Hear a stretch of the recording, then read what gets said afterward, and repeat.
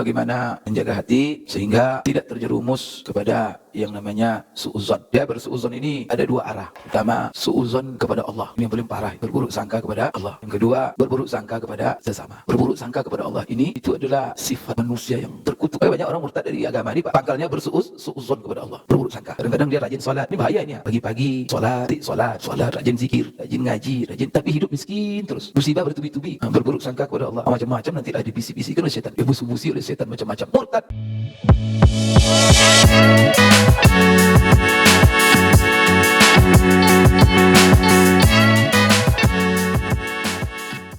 Bagaimana menjaga hati? Menjaga hati sehingga tidak terjerumus kepada yang namanya su'uzon. Berburuk sangka kepada orang lain, atau dalam bahasa sekarang negative thinking. Dia bersu'uzon ini ada dua arah. Pertama, su'uzon kepada Allah. Ini yang paling parah ini. Berburuk sangka kepada Allah. Yang kedua, berburuk sangka kepada sesama. Nah, ini pertama sekali, berburuk sangka kepada Allah. Ini merupakan dosa besar. Maka tidak boleh seorang yang beriman berburuk sangka sama sekali kepada Allah.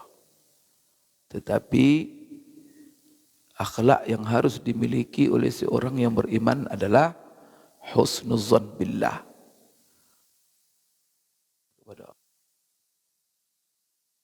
Maka husnuzan billah ini dasar Bapak Ibu sekalian. Fondasi yang harus lahir dari iman yang kuat. Apa biasanya Bapak Ibu sekalian yang membuat orang berburuk sangka kepada Allah? Ya, karena tidak tahan dengan ujian-ujian yang ditimpakan Allah kepadanya. Ya, penderitaan, kesusahan hidup, penyakit, dan segala macamnya. Maka dia berburuk sangka kepada Allah. Maka di dalam Al-Quran, berburuk sangka kepada Allah ini, itu adalah sifat manusia yang terkutuk. Jadi ada makhluk ataupun manusia, kelompok manusia yang dikutuk Allah. Allah, jangan engkau berikan kami atau petunjuki kami pada jalan orang-orang engkau kutuk mereka. Siapa yang dimaksud oleh Allah di situ adalah orang-orang Yahudi. Apa sifat orang Yahudi ini? Di antaranya yang menonjol berburuk sangka kepada Allah. Maka di antara buruk sangka mereka kepada Allah, dikiranya dikatakan oleh mereka Allah itu bakhil. Jadi dikatakannya yadullah maghlulah, tangan Allah itu terbelenggu, kiasan atas.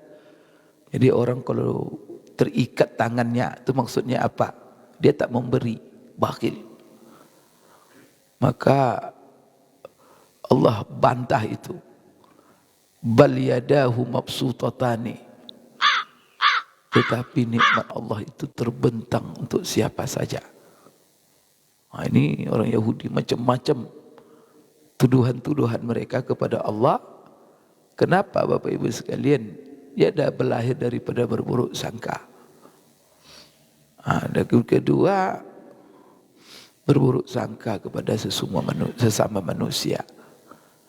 Ini luar biasa Islam mengatur. Maka di dalam Al-Quran sendiri Allah Subhanahu wa ta'ala menjelaskan di dalam surah Al-Hujurat. Maka Allah katakan inna ba'dadh-dhanni ism fala tajassasu wa la yaghtab ba'dukum ba'dha Ingat bahwa berburuk sangka itu adalah dosa. Jadi berburuk sangka kepada manusia, berburuk sangka kepada Allah itu sama-sama dosa dan digolongkan oleh Allah, oleh dalam agama kita itu termasuk salah satu minal kabair, dosa besar. Bapak Ibu sekalian, kan pertanyaannya adalah kewajiban kita untuk berbaik sangka kepada Allah, berbaik sangka kepada sesama, dan dilarang kita untuk berburuk sangka. Pertanyaannya adalah bagaimana menjaga supaya kita selalu berbaik sangka, baik kepada Allah atau kepada sesama manusia. Untuk berbaik sangka kepada Allah, Bapak Ibu sekalian, tentu semuanya itu baik juga berburuk sangka kepada manusia. Itu titik tolaknya adalah iman. Iman kita kepada Allah, iman kita kepada malaikat, iman kita kepada kitab, iman kita kepada para rasul, iman kepada hari akhirat. Yang lebih penting lagi, itu iman terhadap qada dan qadar. Iman terhadap qada dan qadar ini, apa konsekuensinya? Pertama sekali kita wajib yakin, seyakin-yakinnya. Yakin seyakin-yakinnya bahwa semua yang terjadi tidak akan mungkin terjadi kecuali itu atas qada, keputusan dan takdir Allah Subhanahu wa taala. Pertama, itu adalah sudah Allah ketahui semuanya dan Allah menghendakinya dan Allah yang mentakdirkannya. Itu pertama wajib yakin kita itu. Maka segala hal selain itu hanya sebab sama sekali. Bukan dia yang menjadikan, bukan dia yang menciptakan, bukan dia merealisasikan. Maka itu hanya sekedar sebab saja, faktor-faktor duniawi ini. Tapi yang menjadikannya adalah Allah. Sebab daripada segala sebab itu adalah Allah. Maka bagaimanapun orang mengerahkan berbagai macam sebab untuk memiskinkan kita, membuat kita menderita, takkan mungkin kalau Allah tak izinkan, kalau Allah tak menghendaki. Maka di dalam Al-Quran, wa ma tasyauna illa ayyasha Allah. Tidak ada kamu berkehendak kecuali Allah juga punya kehendak, dan kehendak Allah lah yang berlaku selalu. Tidak ada ya kita punya kemauan, Allah punya kehendak, Allah punya takdir. Maka apa yang ditakdirkan Allah pasti itu yang berlaku. Itu wajib yakin. Keyakinan inilah yang membuat kita tidak, kan su'uzon itu apa artinya? Menyalahkan orang. Tuhan yang disalahkan, manusia yang disalahkan, kan itu tuh. Positive thinking ini gara-gara si Anu ini, si Anu yang buat ini, si Anu yang buat ini. Maka Bapak Ibu sekalian, berburuk sangka seperti ini berbahaya. Kalau berburuk sangka kepada Allah, bahayanya apa? Malas ibadah. Barangkali berujung kepada murtad. Maka banyak orang murtad dari agama ini Pak. Pangkalnya su'uzon kepada Allah. Berburuk sangka.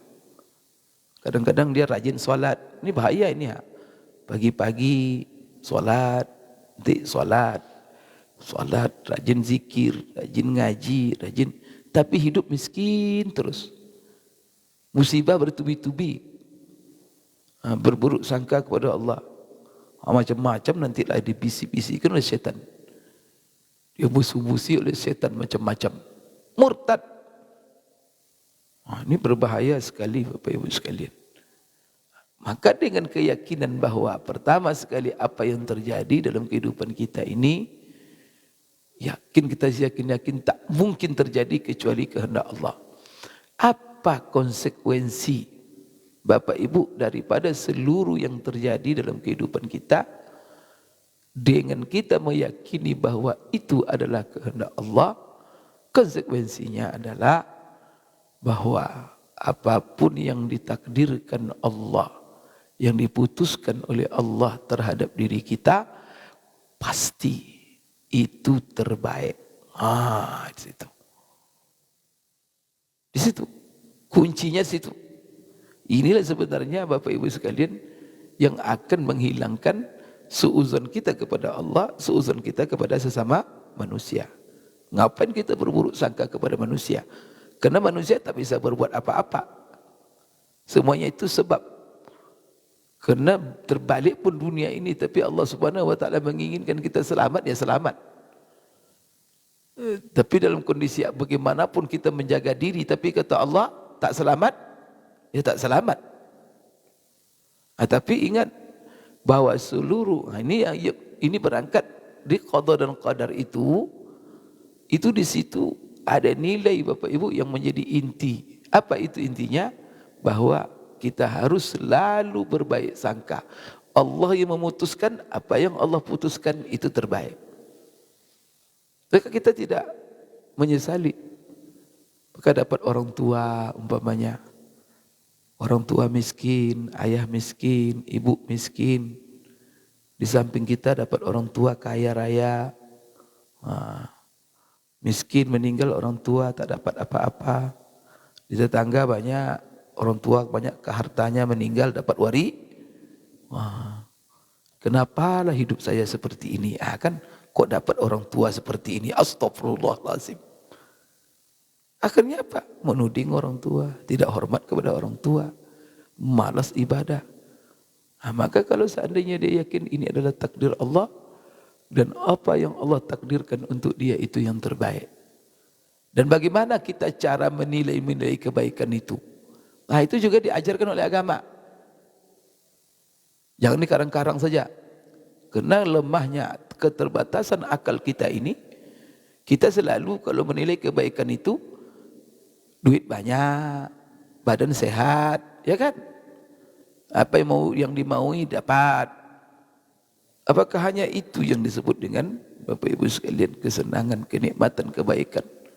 Bapak Ibu sekalian banyak kebaikan itu tidak bisa diterjemahkan dengan sendirinya.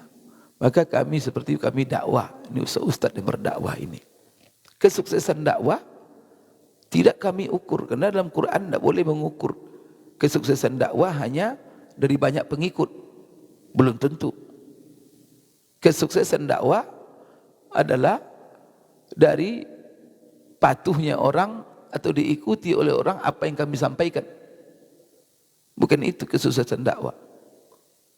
Kesuksesan dakwah itu bahwa ustaz atau dai itu dimuliakan di mana-mana dihormati. Kalau itu kesuksesan dakwah berarti para rasul tidak ada yang sukses.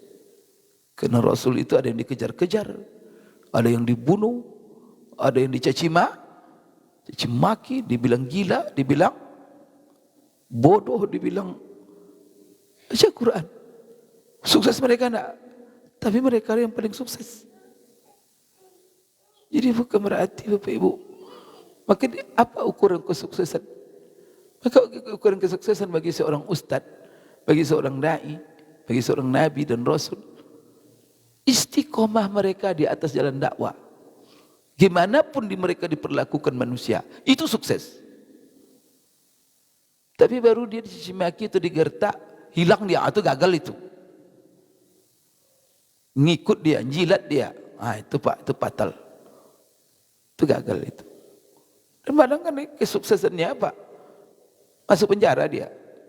Ketika dia masuk penjara gara-gara dakwahnya, itu jangan dikira yang selamat dari penjara, yang sukses. Barangkali itu yang masuk neraka nanti. Karena barangkali keluar dia tidak di penjara, kenapa? Karena menjilat. Yang satu masuk penjara kena istiqamah. Sekarang mana yang sukses itu? Jadi ukuran jangan ukuran akal-akal kita. Jangan ukuran emosio. Itulah baca Quran. Quran itu pedoman kita, menentukan segala sesuatu. Al-Quran itu salah satu fungsinya yang dahsyat, membentuk cara pandang dalam kehidupan. Kita kan banyak cara pandang. Kalau sholat nanti banyak duit, senang hidup. Itu cara pandang yang salah. Tapi apa nanti yang sukses Bapak Ibu sekalian dalam ibadah? Istiqamah Bapak Ibu dalam ibadah ini bagaimanapun kondisi kehidupan. Karena pertama sekali Bapak yakin kondisi kehidupan yang kita alami itu pasti takdir Allah. Apa yang takdir Allah pasti terbaik. Nah, sekarang menilai terbaik itu apa? Nah, sekarang hidup susah terus. Sudah hidup tak ada duit, kemudian banyak malapetaka, ketabrak, ini sakit, istri sakit, anak sakit, apa semuanya sakit. Gimana kita menilai? Ya Allah, kalau kita ingin tahu, inilah orang yang sukses sebenarnya. Kenapa? Karena ujian Allah itu kebaikan semuanya. Itulah sebabnya agama melatih kita pertama dalam keyakinan, kemudian dalam ucapan, supaya kita tidak pernah husnuzan. Maka kalau ada musibah-musibah yang terjadi, sesuatu yang tidak enak dalam hidup kita, ada yang hilang dalam hidup kita, maka kita apa? Pertama, yakin bahwa itu dari Allah, dan yakin kita bahwa di balik musibah itu banyak kebaikan. Maka muncullah husnuzan. Maka apa ucapan yang dilatih oleh agama? Setiap kita mendapat musibah, ditimpa oleh sesuatu yang tidak menyenangkan, ucapkan inna lillahi wa inna ilaihi rajiun. Ini ucapan menanamkan ke dalam diri kita supaya kita di balik seluruh musibah tidak suuz, tetapi kita berhusnuzan. Maka apa itu arti inna lillahi wa inna ilaihi rajiun Bapak Ibu?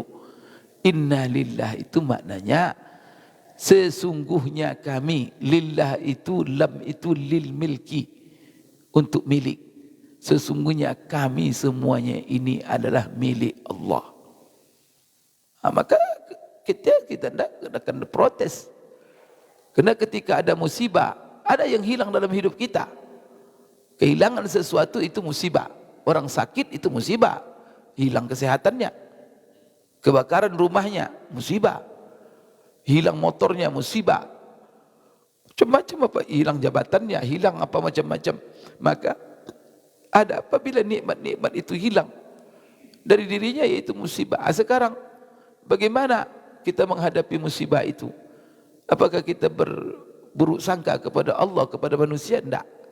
Maka kita langsung Bapak Ibu berhusnuzan. Apa yang kita baca? Inna lillahi wa inna ilaihi rajiun.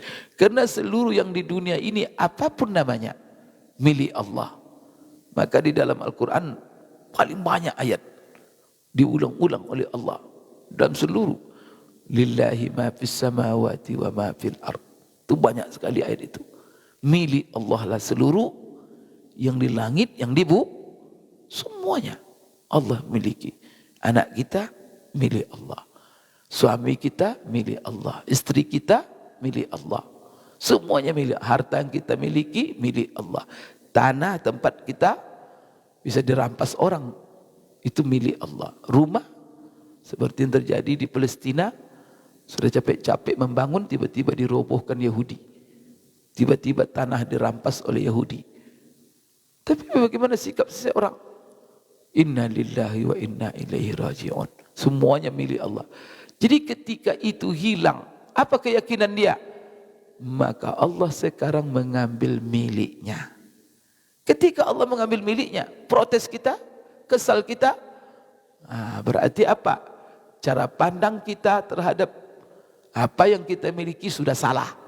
Maka cara pandang yang dibangun, ingat, semuanya milik Allah. Cara pandang ini yang membentuk hati dalam menyikapi segala sesuatu. Sekarang, kalau Bapak Ibu nitip mobil sama orang, jadi ada Bapak Ibu, tetangga Ibu, tetangga Bapak pergi mudik hari raya. Itu tahun baru ini, pergi mudik banyak libur. Dititipnya lah, umpamanya motornya, dititipnya apanya di rumah kita. Dia pulang-pulang, dia ambil motor tadi. Tersinggung Bapak Ibu, berburuk sangka kepada dia, marah-marah kepada dia. Maka Bapak Ibu persilahkan dia ambil motor tadi. Tidak marah-marah, maka dengan tulus, bersih hati Bapak Ibu, persilahkan ngambil motor. Kenapa? Karena Ibu tahu, Bapak tahu, itu motor milik dia. Sekarang dia ambil. ya terserah dia. Maka tak tersinggung kita. Inilah cara ini yang dibangun oleh agama kita dalam diri kita ketika kita kehilangan sesuatu. Maka apa? Itu milik Allah. Sekarang Allah mengambil milik, nangis kita, meronta-ronta kita, kesal Allah enggak mau. Memang kita buat apa dalam hidup ini? Apa yang milik kita? Apa? Tidak ada. Ibu, kita bisa buat apa? Manusia tidak bisa buat apa-apa sama sekali. Kita ini cuma makai. Kita cuma memanfaat. Kan itu pun yang kita bisa buat. Tidak ada. Ini tangan yang ada dalam di tangan kita, kaki kita, kepala kita, semuanya, anggota badan kita. Kita tidak bisa apa-apa. Semata-mata pemberian Allah. Sakit nanti organ tubuh kita. Ya sudah. Tugas kita kalau dia sakit berikhtiar untuk sembuh itu saja. Tapi kita akan suuzon? Tidak. Maka puncaknya apa? Ya sudah. Ini adalah kepunyaan Allah. Ya Allah ambil. Maka dengan itu kita katakan inna lillahi wa inna ilaihi raji'un. Jangankan tangan, jangankan kaki, semuanya, badan ini pun hilang nanti semuanya. Akan diambil Allah semuanya. Maka orang Bapak Ibu kalau dia beriman cara pandangnya begini, dia ini Bapak Ibu tak akan pernah merasa kesal kepada siapa saja. Iman ini luar biasa. Maka iman. Maka seluruh solusi hidup ini iman Bapak Ibu. Maka Allah selalu panggil kita ya ayyuhallazina amanu, benahi iman.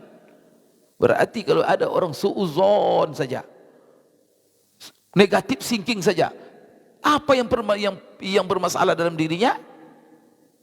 Yang bermasalah iman. Karena iman itu, keyakinan itu membentuk cara pandang. Maka itu sebabnya iman tauhid, la ilaha illallah. Ada orang mengatakan Tuhan beranak, ada yang mengatakan Tuhan matahari, Tuhan ini macam-macam Bapak Ibu. Sama orang cara pandangnya. Ada yang pertuhankan sapi. Waduh Ibu, itulah Bapak Ibu, hati-hati kita membaca seluruh ide pemikiran orang. Pokoknya ini orang, ini pemikirannya apa. Jangan sembarang diambil pemikiran orang.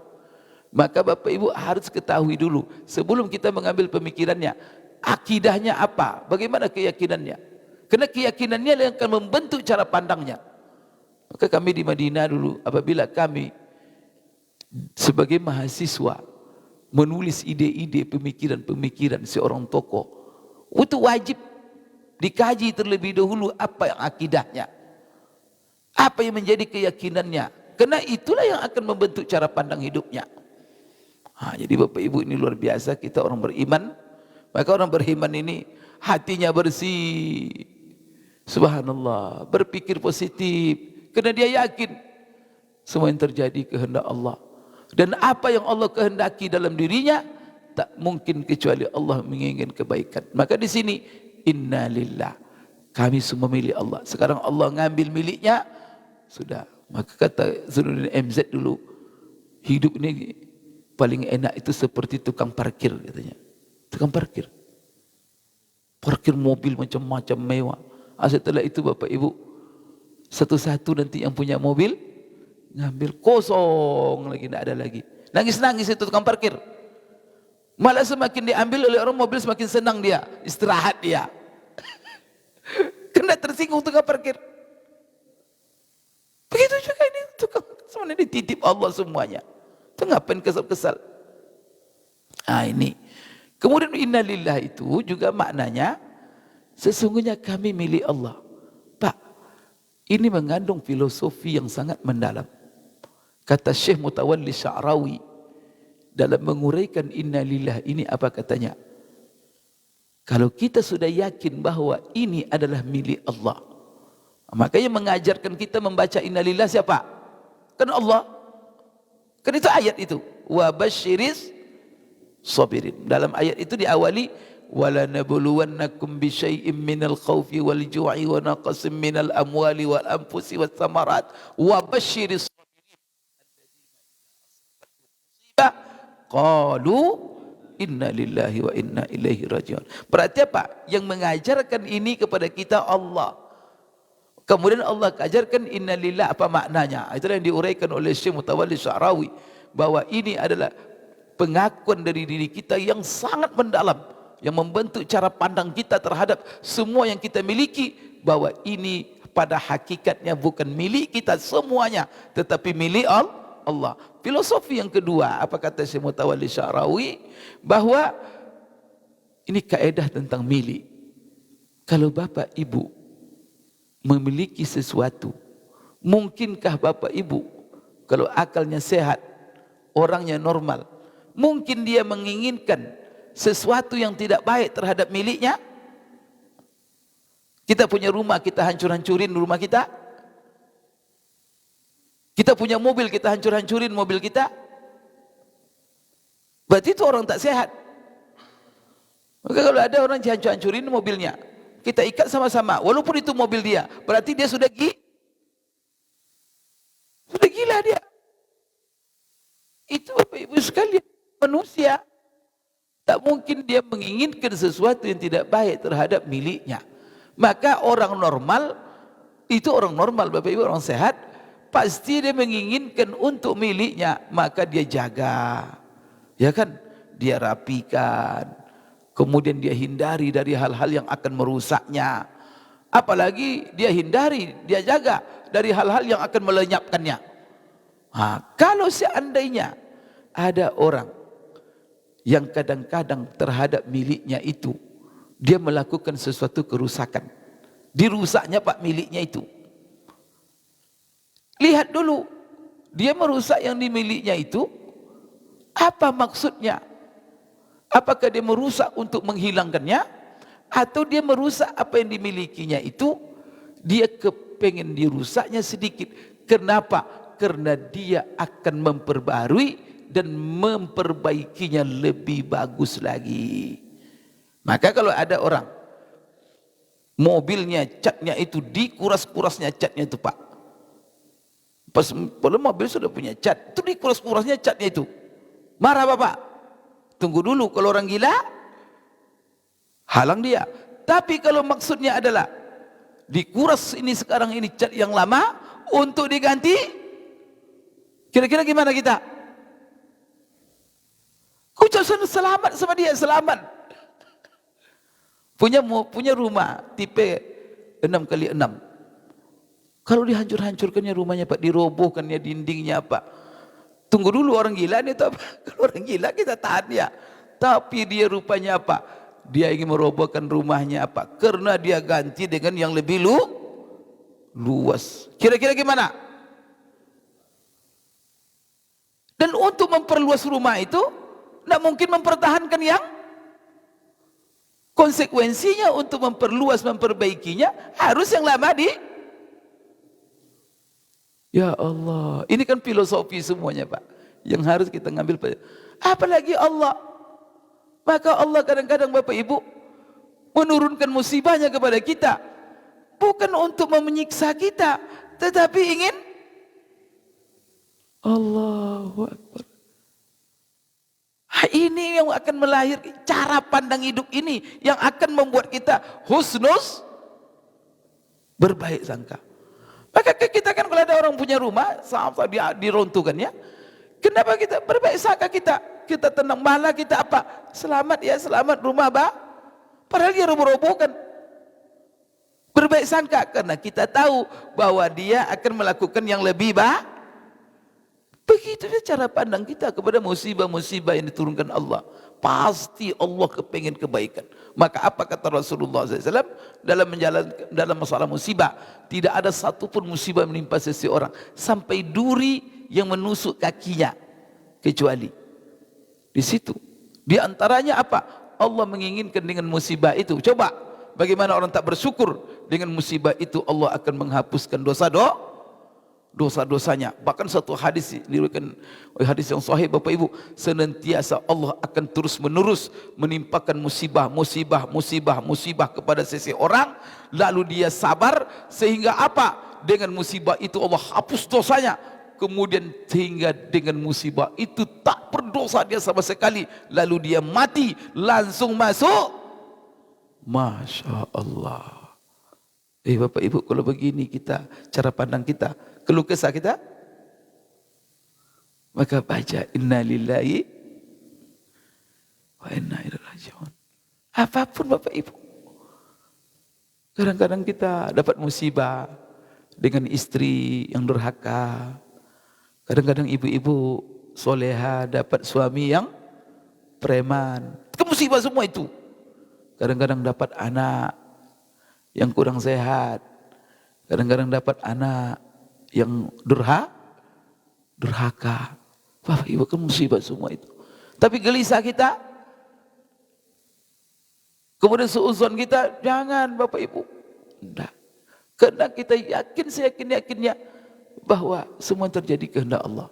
Jadi ini sebenarnya Bapak Ibu sekalian pembenahan iman semuanya. Maka berangkat daripada iman membentuk cara pandang. Maka orang yang bersuuzon itu imannya perlu dibenahi. Maka kembalikan semuanya kepada Allah dan yakinlah bahwa Bapak Ibu sekalian, bahwa tidak ada yang terjadi kecuali apa itu kehendak Allah, dan kehendak Allah itu dibaliknya adalah kebaikan. Maka salah satunya apa kata Allah? Kalau ada musibah lalu sabar, dengan sabar itu dia dapat pahala. Maka Rasulullah kalau ada musibah sabar, kata Rasulullah, maka Rasulullah doakan dia, a'zamallahu ajrak, semoga Allah memberikan atas musibahmu ini pahala yang sangat besar. Kemudian Bapak Ibu sekalian, di antaranya apa? Penghapusan dosa. Kemudian Bapak Ibu sekalian, kadang-kadang Allah ambil satu hal dari kita. Kita kadang-kadang tidak sabar.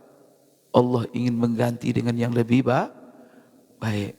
Saya selalu contohkan kisah Ummu Salamah ketika dia meratap, menangis kematian suaminya Abu Salamah. Nangis dia, meratap. Kata sahabat, jangan kau menangis. Rasulullah pesan, baca doa ini. Ya Allah, beri saya pahala yang besar, ganti saya dengan yang lebih baik dari musibah ini. Ada salah satu doa kalau kita dapat musibah, dan ini membuat kita cara pandang berhusnuzon kepada Allah, yaitu Bapak Ibu sekalian, minta kepada Allah, ya Allah ganti dengan yang lebih baik. Itu enaknya, ya Allah ganti dengan yang lebih baik. Sehingga karena kita yakin pasti ada kebaikan, maka kita minta cepat kepada Allah. Maka itulah kata Ummu Salamah, ya Allah ganti yang lebih baik, ganti yang lebih baik. Apa yang terjadi Bapak Ibu? Setelah suaminya meninggal, habis masa iddahnya, datang Rasulullah meminangnya.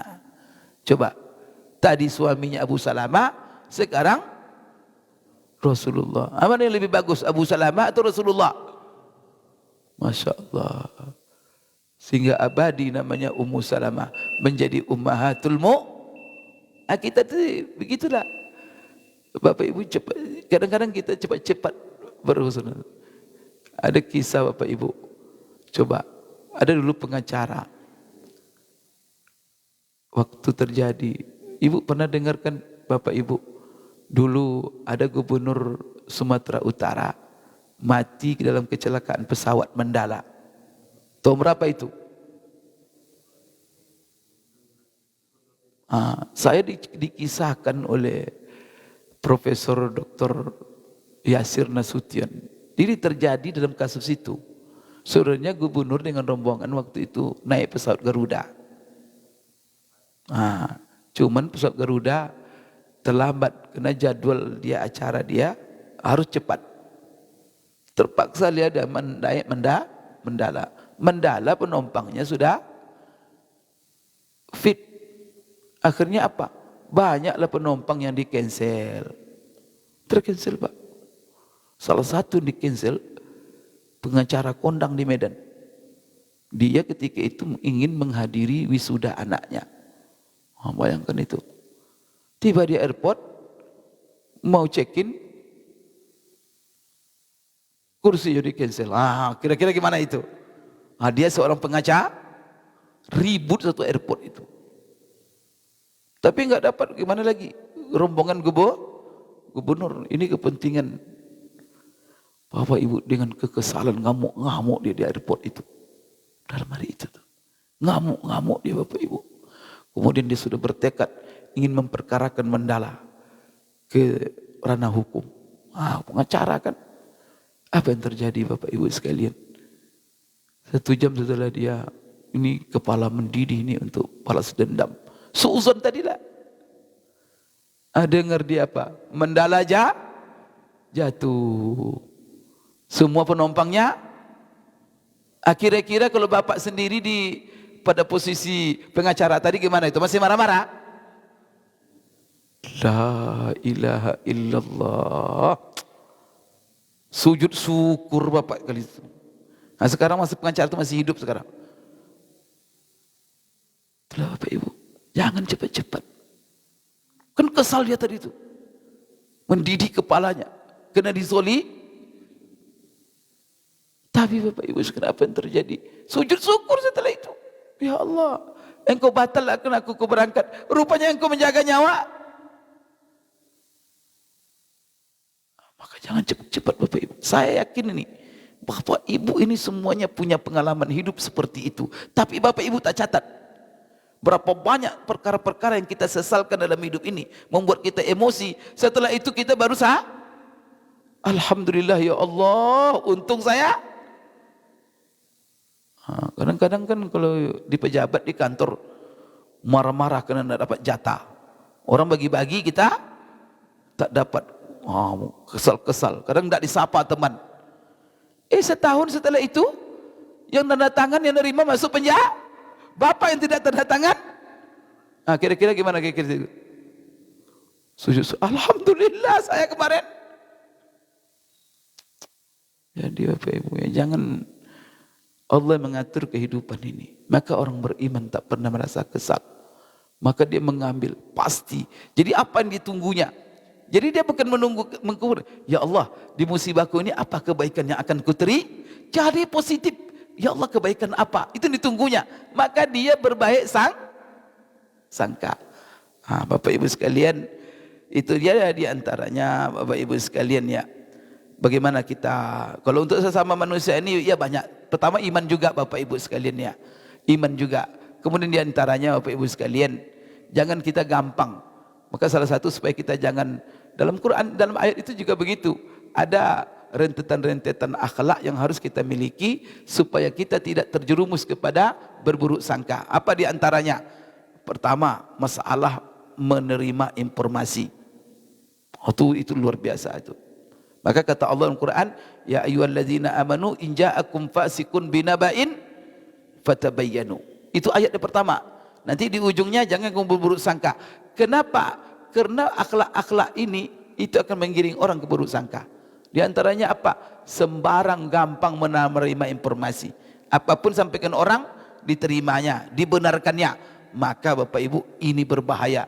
Ini akan merusak hati kita. Jadi caranya bagaimana? Jangan dibenarkan seluruh informasi. Bahkan kalau ada orang, itu Imam Syafi'i yang mengajarkan, kalau ada orang menceritakan kepada kita keburukan kita yang diceritakan orang lain, menyapa, si anu itu menjelek-jelekkan kamu, kan gitu tuh. Sakit hati kita enggak? Langsung berubah muka kita, kurang ajar. Langsung kita berburuk sangka sama dia. Maka Bapak Ibu yang ngomong seperti itu, kamu dijelek-jelekkan oleh si anu, maka orang seperti itu harus dibilang sama dia, tidak ada lagi iblis atau setan yang lain yang Allah kirim kepada saya untuk merusak hati saya selain kamu. Anggap itu iblis. Begitu Bu, Pak, supaya kita tidak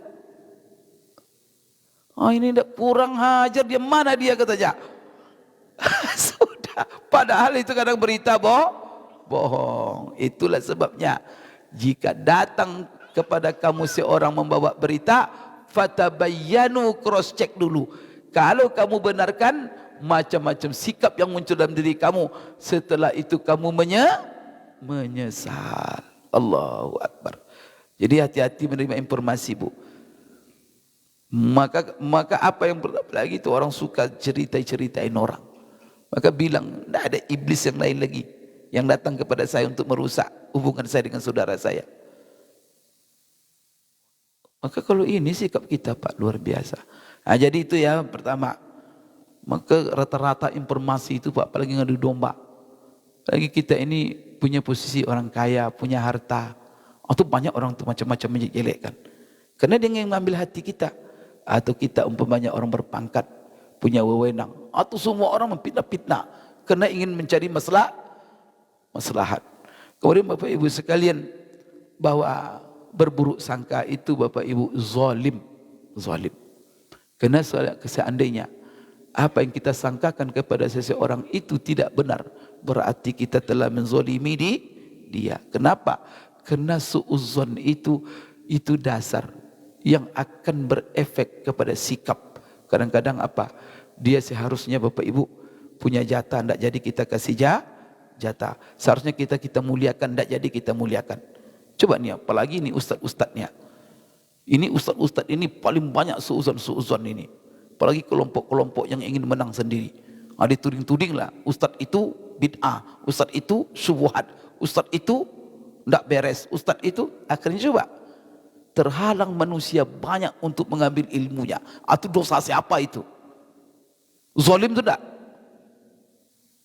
Membuat orang banyak memandang dia menjadi manusia tak benar. Innalillah. Siapa yang memfitnah, yang suudzon? Ustaz sendiri. Itu dosa-dosa ustaz itu. Ustaz-ustaz seperti itu jangan diikuti itu. Menceritakan ustaz lain kerjanya. Ustaz Sianu itu syubhat, Ustaz Sianu itu apa, Ustaz Sianu itu apa. Itu diikuti juga. Musibah itu. Itu kan suudzon juga. Akhirnya apa? Tidak ngaji orang sama dia. Padahal ilmunya terhalang kebaikan Pak. Yang ustaz yang dia agung-agungkan tak apa-apa ilmunya. Tak apa-apa disampaikannya. Cuma otaknya mah sudah panati, dikuncinya otak sama itu. Akhirnya kasihan.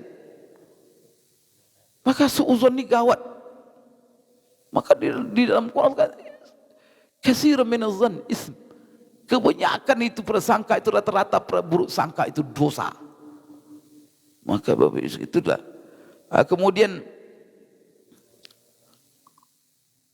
kalau datang buruk sangka kepada dalam diri kita, maka diperangi Bapak Ibu cara-caranya ya. Coba berpikir yang lain-lain Bapak Ibu. Jadi kalau ada setan, jadi ingat kalau ada buruk sangka dalam diri kita terhadap orang, itu berarti apa? Setan lagi ngembus-ngembus. Maka cepat-cepat buya baca Quran. Hilangkan, palingkan dengan yang lain. Sibukkan diri kita dengan yang lain. Terlintas itu Pak. Kalau Bapak nanti pikirkan lagi, teruskan, langsung setan tuh panas. Tapi awal dia datang langsung ambil Quran, langsung berwudu, langsung pergi ke masjid, lupakan. Tuh. Tapi kalau pikirin terus, itu musibah nanti itu. Makan pun tidak enak nanti. Kasian, makan pun tidak enak, tidur tidak enak. Jadi caranya itu Ibu ya sekalian. Kemudian kita berusaha selalu Bapak Ibu sekalian berserah diri kepada Allah. Ya barangkali Bapak Ibu ada hal-hal yang benar. Tapi apa? Selalu hubungkan diri kita, serahkan hidup kita kepada Allah. Allah yang menjaga, Allah yang memelihara. Maka itulah sebabnya selalu orang-orang beriman Bapak Ibu sekalian berusaha, selalu orang-orang beriman itu bertawakal.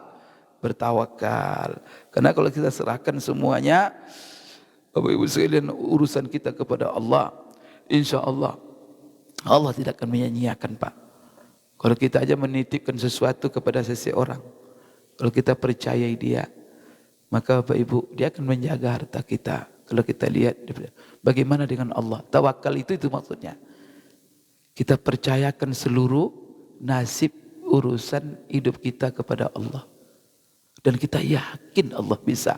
Maka husnuzon itu namanya. Maka Allah akan menjaga. Maka apa yang kita bayang-bayang itu akan terjadi insya Allah.